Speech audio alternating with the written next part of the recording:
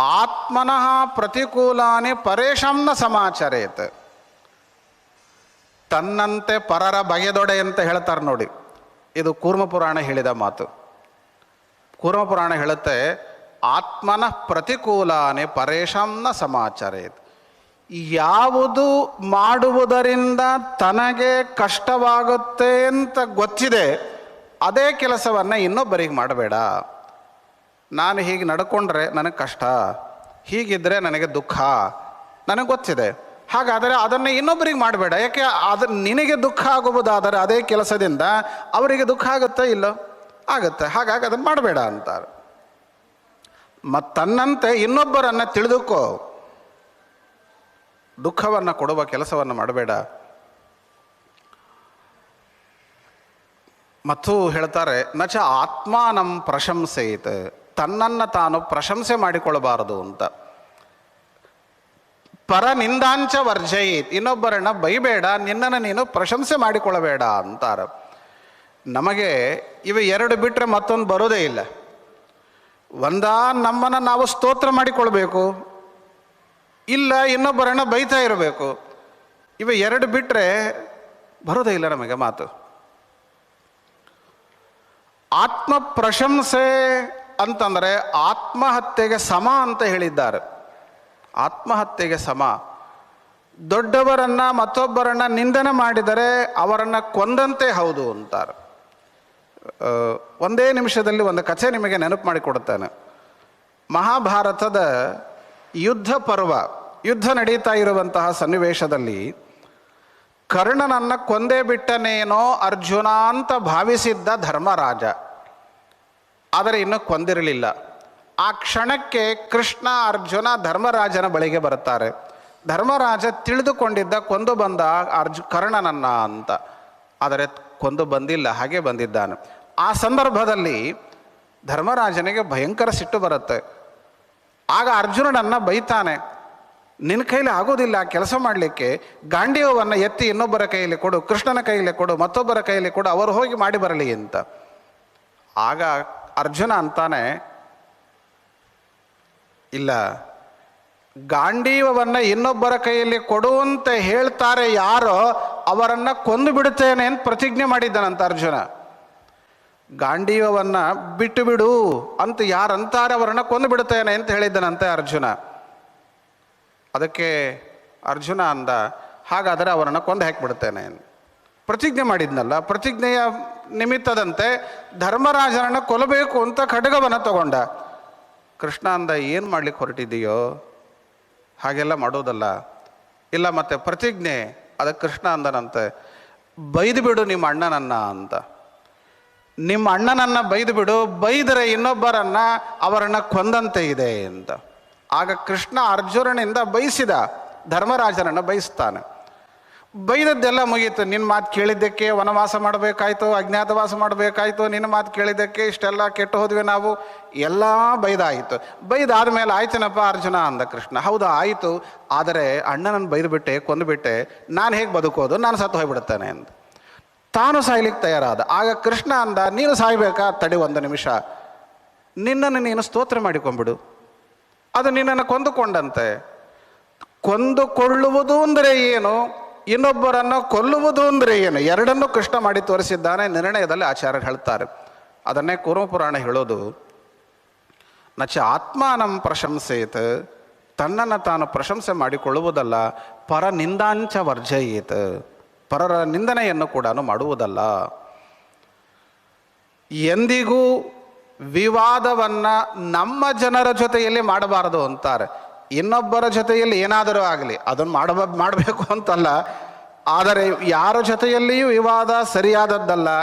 ನಮ್ಮವರು, ಅಕ್ಕಪಕ್ಕದವರು, ಅತಿ ಹತ್ತಿರದ ಬಂಧುಗಳು, ಅವರೊಂದಿಗೆ ವಿವಾದಗಳು ಮಾಡಲೇಬಾರ್ದು ಅಂತಾರೆ. ವಿವಾದಂ ಸ್ವಜನೈ ಸಾರ್ಧಂ ನ ಕುರ್ಯಾದ್ವೈ ಕದಾಚನ. ಯಾಕೆಂದರೆ ನಿತ್ಯ ಬೆಳಗ್ಗೆದ್ದ ಕೂಡಲೇ ಯಾರನ್ನು ನಾವು ನೋಡಬೇಕೋ, ಯಾರ ಮುಖವನ್ನು ನಾವು ನೋಡಬೇಕೋ, ಯಾರಿಂದ ನಮ್ಮ ಜೀವನ ಇದೆಯೋ ಅವರೊಂದಿಗೆ ವಿವಾದ ಸರಿಯಾದದ್ದಲ್ಲ. ವಿವಾದ ಏನಾದರೂ ಹೊರಟ್ರೆ ಆ ಜೀವನ ಆ ದುಃಖವನ್ನು ಅನುಭವಿಸಬೇಕಾಗತ್ತೆ. ಹೀಗೆ ಅನೇಕ ಧರ್ಮಗಳನ್ನು ಹೇಳ್ತಾ, ದೇವಸ್ಥಾನಗಳು ದೇವಸ್ಥಾನಗಳಲ್ಲಿ ನಾವು ಅದಕ್ಕೆ ಪ್ರದಕ್ಷಿಣೆ ಬರಬೇಕು. ಪ್ರದಕ್ಷಿಣೆ ಬರುವುದು ಅಂತಂದರೆ ಏನು? ದಕ್ಷಿಣ ಅಂದರೆ ಬಲಭಾಗ, ಬಲವನ್ನು ದಕ್ಷಿಣ ಅಂತಾರೆ. ನಾವು ಪೂರ್ವಕ್ಕೆ ನಿಂತರೆ ನಮ್ಮ ಬಲಕ್ಕೆ ದಕ್ಷಿಣ ಬರುತ್ತೆ. ಪ್ರದಕ್ಷಿಣ, ದಕ್ಷಿಣ ಅಂದರೆ ಬಲಭಾಗ, ದೇವರನ್ನು ಬಲಕ್ಕೆ ಮಾಡಿಕೊಂಡು ಹೋಗುವುದು, ಅದನ್ನು ಪ್ರದಕ್ಷಿಣ ಅಂತ ಕರೀತಾರೆ. ಹಾಗಾಗಿ ಯಾವ ಕಾರಣಕ್ಕೂ ದೇವಸ್ಥಾನಗಳಲ್ಲಿ ದೇವರನ್ನು ಎಡಕ್ಕೆ ಮಾಡಿಕೊಂಡು ಹೋಗಬೇಡ ಅಂತಾರೆ, ಬಲಕ್ಕೆ ಮಾಡಿಕೊಂಡೇ ಹೋಗು, ಪ್ರದಕ್ಷಿಣೆ ಅಂತ ಕರೀತಾರೆ. ಪ್ರದಕ್ಷಿಣವನ್ನು ಮಾಡು, ಮಹಾಪುಣ್ಯ ಇದೆ. ಒಂದೊಂದು ಹೆಜ್ಜೆಗೂ ಅಶ್ವಮೇಧದ ಪುಣ್ಯವನ್ನು ಹೇಳಿದ್ದಾರೆ. ತುಂಬು ಗರ್ಭಿಣಿಯಾದ ಇನ್ನು ಗಂಟೆಯಲ್ಲಿ 2 ಗಂಟೆಯಲ್ಲಿ ಆ ತಾಯಿ ಪ್ರಸವವನ್ನು ಪ್ರಸವ ಆಗತ್ತೆ, ಮಗುವಿಗೆ ಜನ್ಮ ಕೊಡ್ತಾಳೆ ಅಂತನ್ನುವುದಾಗಿ ಇರುವಂತಹ ತುಂಬಿದ ಗರ್ಭಿಣಿಯ ಕೈಯಲ್ಲಿ ತುಂಬಿದ ಕೊಡವನ್ನು ಕೊಟ್ಟರೆ, ಈಗ ತುಂಬಿದ ಕೊಡ ಕಲ್ಪನೆ ಇಲ್ಲ, ಈಗ ಆ ತುಂಬಿದ ಕೊಡವನ್ನು ಅವರ ಕೈಯಲ್ಲಿ ಕೊಟ್ಟರೆ ಎಷ್ಟು ನಿಧಾನವಾಗಿ ಹೋಗಬಹುದು ಆಕೆ, ಹಾಗೆ ಪ್ರದಕ್ಷಿಣೆಯನ್ನು ಮಾಡುವಂತಾರೆ.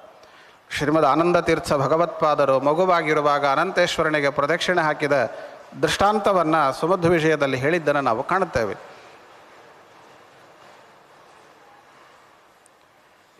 ನ ವೀಜಯಿದ್ವಾ ವಸ್ತ್ರೇಣ, ಅಗ್ನಿಯನ್ನು ಪ್ರಜ್ವಲಿಸಬೇಕಾಗಿರುತ್ತೆ, ಅಥವಾ ಇನ್ನು ಬೇರೆ ಏನೋ ರೀತಿಯಲ್ಲಿ ಗಾಳಿಯ ಅವಶ್ಯಕತೆ ಇರುತ್ತೆ. ಆ ಕಾಲದಲ್ಲಿ ಬೀಸಣಿಕೆಯೋ ಅಥವಾ ಇನ್ನಿತರ ಸಾಧನಗಳಿಂದ ಗಾಳಿ ಹಾಕಬೇಕೇ ಹೊರತು ವಸ್ತ್ರದಿಂದ ಹಾಕಬೇಡಿ ಅಂತಾರೆ.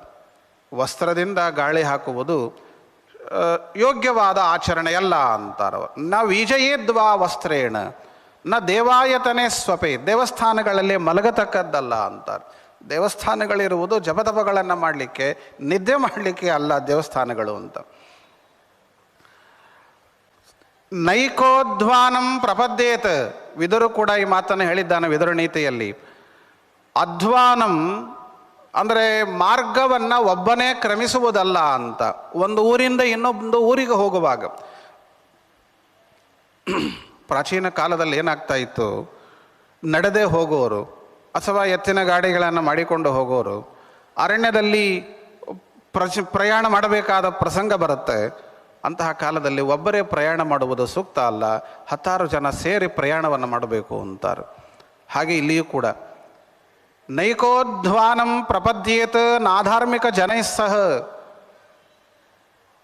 ಇಷ್ಟೆಲ್ಲ ಸಾಧಾರಣವಾದಂತಹ ಆಚರಣೆಗಳನ್ನು ಪುರಾಣವಾದದ್ದು ನಮಗೆ ತಿಳಿಸಿಕೊಟ್ಟು ಮುಂದೆ ಏನು ಮಾಡುತ್ತಾರೆ, ಆಹಾರದ ಸಂಹಿತಾವನ್ನು ಹೇಳುತ್ತಾರೆ. ಆಚಾರದ ಬಗ್ಗೆ ಹಿಂದೆ ಹೇಳ್ತಾ ಬಂದರು, ಆಹಾರದ ಬಗ್ಗೆ ಹೇಳುತ್ತಾರೆ. ಎಂತಹ ಆಹಾರ ಇರಬೇಕು, ಎಂತಹ ವಸ್ತುಗಳನ್ನು ನಾವು ತಿನ್ನಬೇಕು, ಏನು ತಿನ್ನಬೇಕು, ಏನು ತಿನ್ನಬಾರದು ಎಲ್ಲವನ್ನು ಹೇಳುತ್ತಾರೆ. ಭಗವದ್ಗೀತೆಯಲ್ಲಿ ಕೃಷ್ಣ ಪರಮಾತ್ಮ ಹೇಳಿದ್ದಾನೆ, 3 ವಿಧವಾದ ಆಹಾರಗಳನ್ನೆಲ್ಲ ಪರಿಚಯವನ್ನು ಮಾಡಿಸಿದ್ದಾನೆ. ಅದರ ಜೊತೆಗೆ ಬೇರೆ ಬೇರೆ ಧರ್ಮಶಾಸ್ತ್ರ ಗ್ರಂಥಗಳಲ್ಲಿಯೂ ಯಾವುದು ಆಹಾರ ಯೋಗ್ಯವಾದದ್ದು, ಯಾವುದು ಸರಿಯಾದದ್ದಲ್ಲ, ಅಯೋಗ್ಯವಾದದ್ದು ಅಂತ ಎಲ್ಲ ಹೇಳಿದ್ದಾರೆ.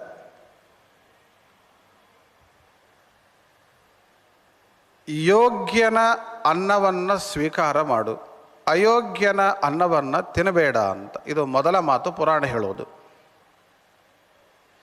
ಯಾಕೆ ಅಂದರೆ ಯಸ್ಯ ಅನ್ನೇನ ಉದರಸ್ಥೇನ ಮೃತಃ ತದ್ ಯೋನಿಮಾಪ್ನುಯಾತ್.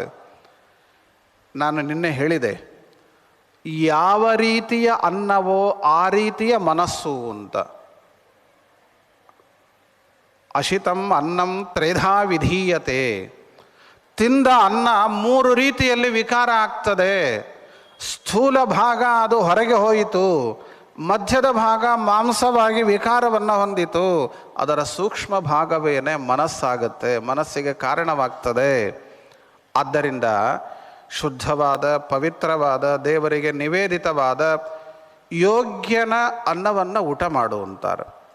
ಯಾವ ರೀತಿಯ ಮನಸ್ಸಿನಿಂದ ಕೂಡಿದ ವ್ಯಕ್ತಿ ಕೊಟ್ಟ ಅನ್ನವನ್ನು ಊಟ ಮಾಡುತ್ತೇವೋ ಅದೇ ರೀತಿಯ ಮನಸ್ಸು ನಮ್ಮದಾದೀತು. ಯಾವ ರೀತಿಯ ಮನಸ್ಸಿನಿಂದ ಕೂಡಿದ ವ್ಯಕ್ತಿಯನ್ನು ಅನ್ನವನ್ನು ತಿಂದು ಪ್ರಾಣ ಬಿಡುತ್ತೇವೆ, ಅದೇ ರೀತಿಯ ಮನಸ್ಸಿನ ಬದುಕನ್ನು ಮುಂದಿನ ಜನ್ಮದಲ್ಲಿ ಮಾಡಬೇಕಾಗ್ತದೆ ಅಂತಾರೆ. ಯಸ್ಯ ಅನ್ನೇನ ಉದರಸ್ಥೇನ, ಉದರದಲ್ಲಿ ಯಾವ ಅನ್ನ ಇದೆಯೋ ಮೃತಸ್ಯ ಪ್ರಾಣವನ್ನು ಅದೇ ರೀತಿಯಲ್ಲಿ ಅದೇ ಅನ್ನವನ್ನು ಇಟ್ಟುಕೊಂಡು ಪ್ರಾಣ ಬಿಟ್ಟನೋ ಅವನಿಗೆ ತದ್ ಯೋನಿಂ ಆಪ್ನುಯಾತ್, ಮುಂದೆ ಅದೇ ರೀತಿಯ ಜನ್ಮವನ್ನು ಪಡಿಬೇಕಾಗ್ತದೆ. ಆದ್ದರಿಂದ ಆದಷ್ಟು ಸದಾಚಾರಿಗಳ, ಯೋಗ್ಯರ, ಸಜ್ಜನರ, ದೇವರ ನೈವೇದ್ಯವನ್ನು ಮಾಡಿದ ಅನ್ನವನ್ನು ಊಟವನ್ನು ಮಾಡಿ. ಒಬ್ಬರ ಅನ್ನ ಊಟ ಮಾಡುವುದು ಅಂತಂದರೆ ಅದಕ್ಕಂತಾರೆ ಅವರ ಯೋಗ್ಯರ ಅನ್ನ ತಗೊಳ್ಳುವುದು ಅದು ಒಳ್ಳೆಯದೇ. ಕೇಳಿ ಸ್ವೀಕಾರ ಮಾಡಬೇಕಂತೆ, ಬೇಡಿ ತಗೊಂಡು ಬರಬೇಕಂತೆ, ತಿನ್ನಬೇಕಂತೆ. ಅಷ್ಟೆಲ್ಲ ಆಗೋದಿಲ್ಲವೇ? ಒಂದು ಲೋಟ ನೀರಾದರೂ ಕೇಳಿ ತೊಗೊಂಬರ್ಬೇಕಂತ. ಶ್ರೋತ್ರಿಯನ ಮನೆಯಲ್ಲಿ ಊಟ ಮಾಡಬೇಕು ಅಂತಾರೆ, ಕೇಳಿ ಮಾಡಬೇಕು. ಅಷ್ಟೊಂದು ಊಟಕ್ಕೆ ಹಾಕ್ಲಿಕ್ಕೆ ಆಗದೇ ಇದ್ರೂ ಅವರಲ್ಲಿ ಪಾಪ ಅವರಿಗೆ ಕಷ್ಟ ಇದ್ದರೆ ಒಂದು ಲೋಟ ನೀರಾದರೂ ಕೇಳಿ ಕುಡಿದು ಬರಬೇಕು ಅಂತಾರೆ. ಶುದ್ಧವಾದ ಮನಸ್ಸು ಅವರಂತೆ ನಮ್ಮ ಮನಸ್ಸು ಕೂಡ ಆಗಲಿ ಅಂತ ಅಪೇಕ್ಷೆ ಪಡಬೇಕು ಅಂತ. ಊಟದಲ್ಲಿ, ಆಹಾರ ಪದಾರ್ಥದಲ್ಲಿ ಕೂದಲುಗಳಿದ್ದರೆ ಅದನ್ನು ತಿನ್ನಬಾರದು ಅಂತಾರೆ. ಕೂದಲುಗಳಿದ್ದರೆ ಅದನ್ನು ತಿನ್ನಬಾರದು ಅಂತಂದರೆ ಏನು? ಆ ಆಹಾರವನ್ನೇ ಬಿಟ್ಟುಬಿಡಬೇಕು ಅಂತಾರೆ. ಈ ಒಳ್ಳೆ ಊಟ ಮಾಡ್ತಾ ಇರ್ತೇವೆ, ನಡುವೆ ಕೂದಲು ಬಂದ್ಬಿಡುತ್ತೆ, ಆಗ ಆಹಾರ ತಗೊಳ್ಬಾರ್ದು ಅಂತಾರೆ. ಅದನ್ನು ಬಿಟ್ಟು ತ್ಯಾಗವನ್ನೇ ಮಾಡಬೇಕು ಅಂತಾರೆ. ಕೂದಲು ತುಂಬ ದುಷ್ಟವಾದದ್ದು. ಕೂದಲು, ಉಗುರು, ಮನುಷ್ಯನ ಉಗುರುಗಳು ಇದೆಲ್ಲ ತುಂಬ ದುಷ್ಟವಾದದ್ದು. ಅದರ ಸಂಪರ್ಕ ನೀರಿಗೆ, ಆಹಾರಕ್ಕೆ ಆಗಬಾರದು ಅಂತಾರೆ. ಕೇಶ ಕೀಟಾವಪನ್ನಂಚ ಸ್ವಭೋರ್ಲೇಖಂಚ ನಿತ್ಯಶಃ. ನಾಯಿ, ಬೇರೆ ಬೇರೆ ದುಷ್ಟ ಪ್ರಾಣಿಗಳಿಂದ ಆಘ್ರಾತವಾದ, ಮೂಸು ನೋಡಲ್ಪಟ್ಟ ಆಹಾರವನ್ನು ಸ್ವೀಕಾರವನ್ನು ಮಾಡಬೇಡಿ. ಮದ್ಯಪಾನ ಇವೆಲ್ಲ ಮಾಡ್ತಕ್ಕದ್ದಲ್ಲ, ಎಲ್ಲ ಗೊತ್ತಿರುವಂತಹ ಸಂಗತಿಗೇನೆ. ಇದಿಷ್ಟು ತಿಳಿಸಿಕೊಟ್ಟು, ಇನ್ನು ಪ್ರತಿಯೊಬ್ಬರು ದಿನನಿತ್ಯವೂ ಎಷ್ಟು ಗಂಟೆಗೆ ಏಳಬೇಕು, ನಮ್ಮ ದಿನಚರಿ ಆರಂಭ ಆಗುವುದು ಯಾವಾಗ, ನಮ್ಮ ದಿನಚರಿ ಯಾವಾಗ ಅಲ್ಲ, ಯಾವಾಗ ಮಾಡಬೇಕು ಅದನ್ನು ಹೇಳುತ್ತೆ. ಅದಕ್ಕೆ ತಕ್ಕಂತೆ ನಾವು ನಮ್ಮ ದಿನಚರಿಯನ್ನು ಹೊಂದಿಸಿಕೊಳ್ಬೇಕು. ಎಷ್ಟು ಗಂಟೆಗೆ ಏಳಬೇಕು? ಬ್ರಾಹ್ಮೇ ಮುಹೂರ್ತೇತು ಉತ್ಥಾಯ ಧರ್ಮಂ ಅರ್ಥಂಚ ಚಿಂತಯೇತ್. ಸಾಧಾರಣವಾಗಿ 4-4:15 ಗಂಟೆ ಅದು ಹಾಸಿಗೆಯಿಂದ ಮೇಲಕ್ಕೆ ಏಳುವುದಕ್ಕೆ ಯೋಗ್ಯವಾದ ಕಾಲ. ಬ್ರಾಹ್ಮೇ ಮುಹೂರ್ತ ಕಾಲ, ಬ್ರಾಹ್ಮ ಮುಹೂರ್ತ ಅಂತಾರೆ. ರಾಮಚಂದ್ರನನ್ನು ವಿಶ್ವಾಮಿತ್ರರು ಎಬ್ಬಿಸಿದರು. ಪ್ರಸಿದ್ಧವಾದ ಶ್ಲೋಕ ನಿಮಗೆಲ್ಲ ಗೊತ್ತೇ ಇದೆ. ಕೌಸಲ್ಯ ಸುಪ್ರಜಾ ರಾಮ ಪೂರ್ವ ಸಂಧ್ಯಾ ಪ್ರವರ್ತತೆ ಉತ್ತಿಷ್ಠ ನರಶಾರ್ದೂಲ ಕರ್ತವ್ಯಂ ದೈವಮಾನ್ಹಿಕಂ.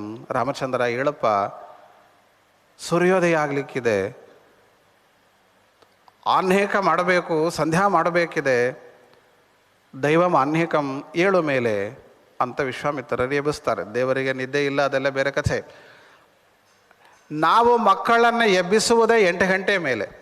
ಏಳಪ್ಪ 8 ಗಂಟೆ ಆಯಿತು, 4 ಗಂಟೆ ಆಗಿದೆ, 5 ಗಂಟೆ ಆಗಿದೆ, ಹೇಳಿ ಅಂತ ಯಾವತ್ತು ಹೇಳುತ್ತೇವೆ ನಾವು ಮಕ್ಕಳಿಗೆ.